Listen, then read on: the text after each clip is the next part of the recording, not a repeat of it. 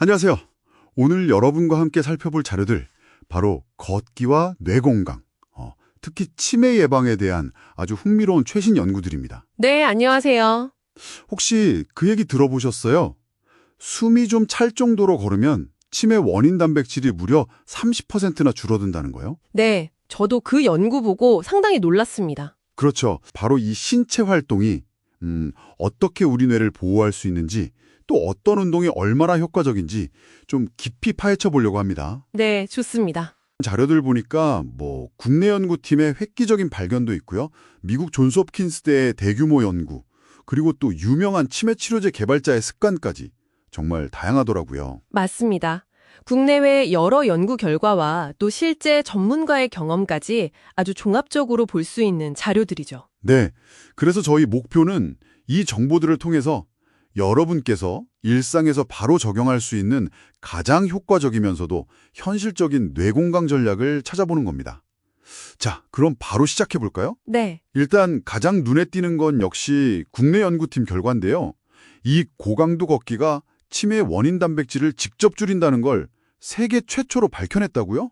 이게 정확히 어떤 내용인가요? 네, 그게 상당히 의미 있는 발견인데요. 65세에서 90세 사이 노인분들 한 188명 정도를 대상으로 연구를 진행했어요. 네네. 근데 여기서 하루 50분 이상, 좀 숨이 차고 땀이 날 정도? 이걸 이제 고강도 걷기라고 하는데, 이걸 꾸준히 하신 그룹은요, 네. 치매를 유발하는 그 독성 단백질 있잖아요. 베타 아밀로이드 같은 거. 네. 들어봤어요. 그게 뇌 안에 쌓이는 정도가 약 30%나 감소한 것으로 나타났습니다. 와, 30%요. 대단한 게요. 그럼 그 원리가 뭔가요?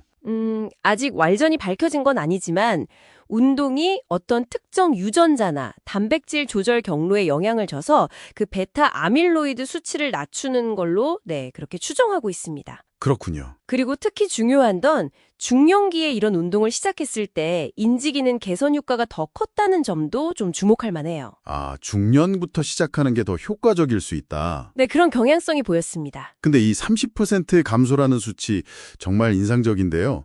하지만 솔직히 매일 50분씩 숨차게 걷는 거 이게 모두가 쉽게 할 수 있는 건 아니잖아요. 아, 그렇죠. 현실적인 실천 가능성이 중요하죠. 네. 혹시 강도를 좀 낮추거나 시간을 줄여도 어느 정도 효과를 기대할 수 있을까요? 네, 아주 좋은 질문입니다.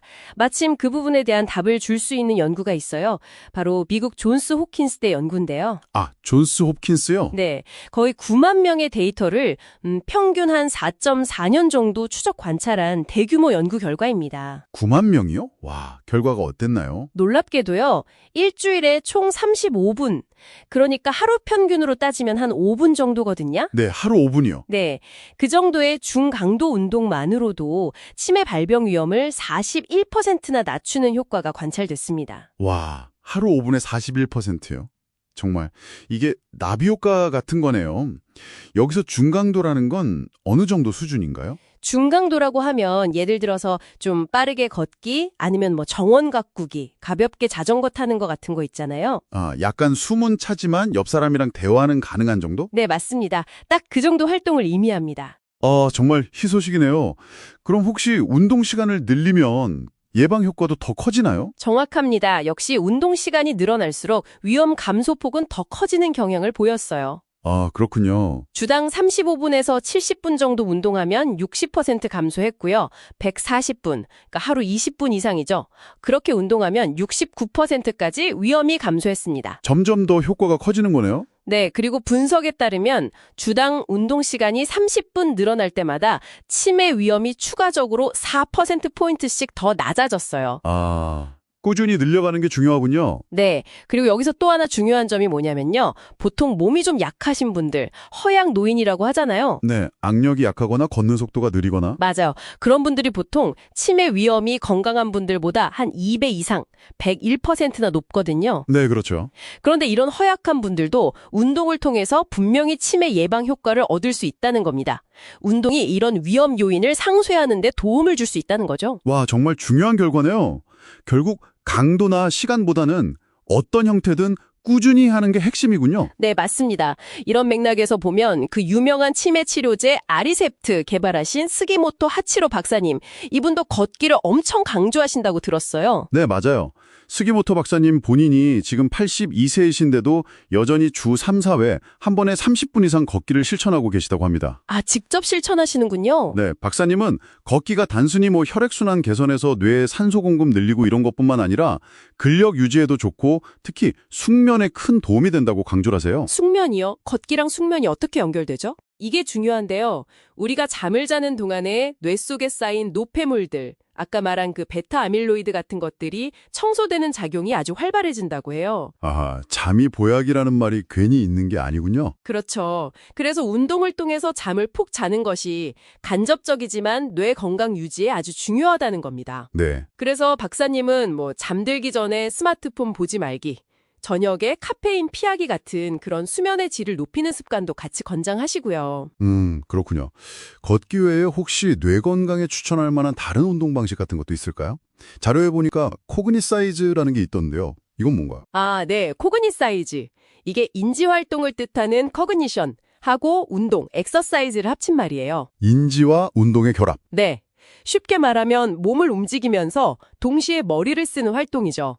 예를 들면 제자리에서 걷거나 좌우로 스텝을 밟으면서 동시에 어떤 규칙에 따라 박수를 치는 거예요. 예를 들면요? 3회 배수 걸음마다 손뼉치기 이런 식으로요. 이게 단순해 보여도 막상 해보면 집중해야 하고 좀 헷갈리거든요. 아, 재밌겠네요. 네, 익숙해지면 숫자를 바꾸거나 아니면 100부터 30 빼면서 숫자를 말하는 식으로 난이도를 높일 수도 있고요. 몸이랑 머리를 같이 쓰는 거군요. 맞습니다. 이렇게 신체랑 인지를 동시에 자극해서 뇌 기능을 활성화하는 거죠.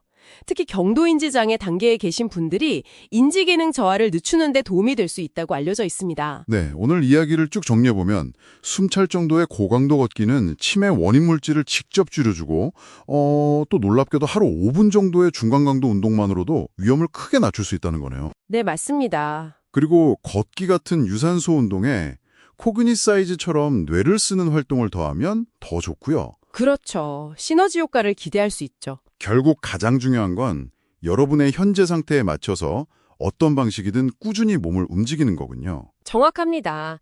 오늘 저희가 살펴본 연구들이 뜬구름 잡는 이야기가 아니고요. 여러분께서 뇌 건강을 위해서 정말 지금 당장 시작할 수 있는 그런 구체적이고 실질적인 방법들을 보여주는 거거든요. 네네. 강도가 높든 낮든 인지활동과 결합하든 안 하긴 핵심은 시작하고 그리고 지속하는 힘입니다. 정말 아주 작은 움직임이라도 꾸준히 이어가신다면 여러분의 뇌는 분명 긍정적인 신호를 보낼 겁니다. 네, 정말 좋은 말씀 감사합니다. 자, 오늘 딥다이브는 여기까지입니다. 마지막으로 여러분께 이런 질문 한번 던져보고 싶네요. 네. 운동이 혈류를 개선하고 노폐물을 제거해서 뇌를 보호한다면 운동 말고 여러분의 매일 반복되는 다른 습관들 중에는 어떤 것들이 우리가 의식하지 못하는 사이에 조용히 뇌 건강에 영향을 주고 있을까요? 한 번쯤 생각해 보시면 흥미로운 통찰을 얻으실 수도 있을 것 같습니다.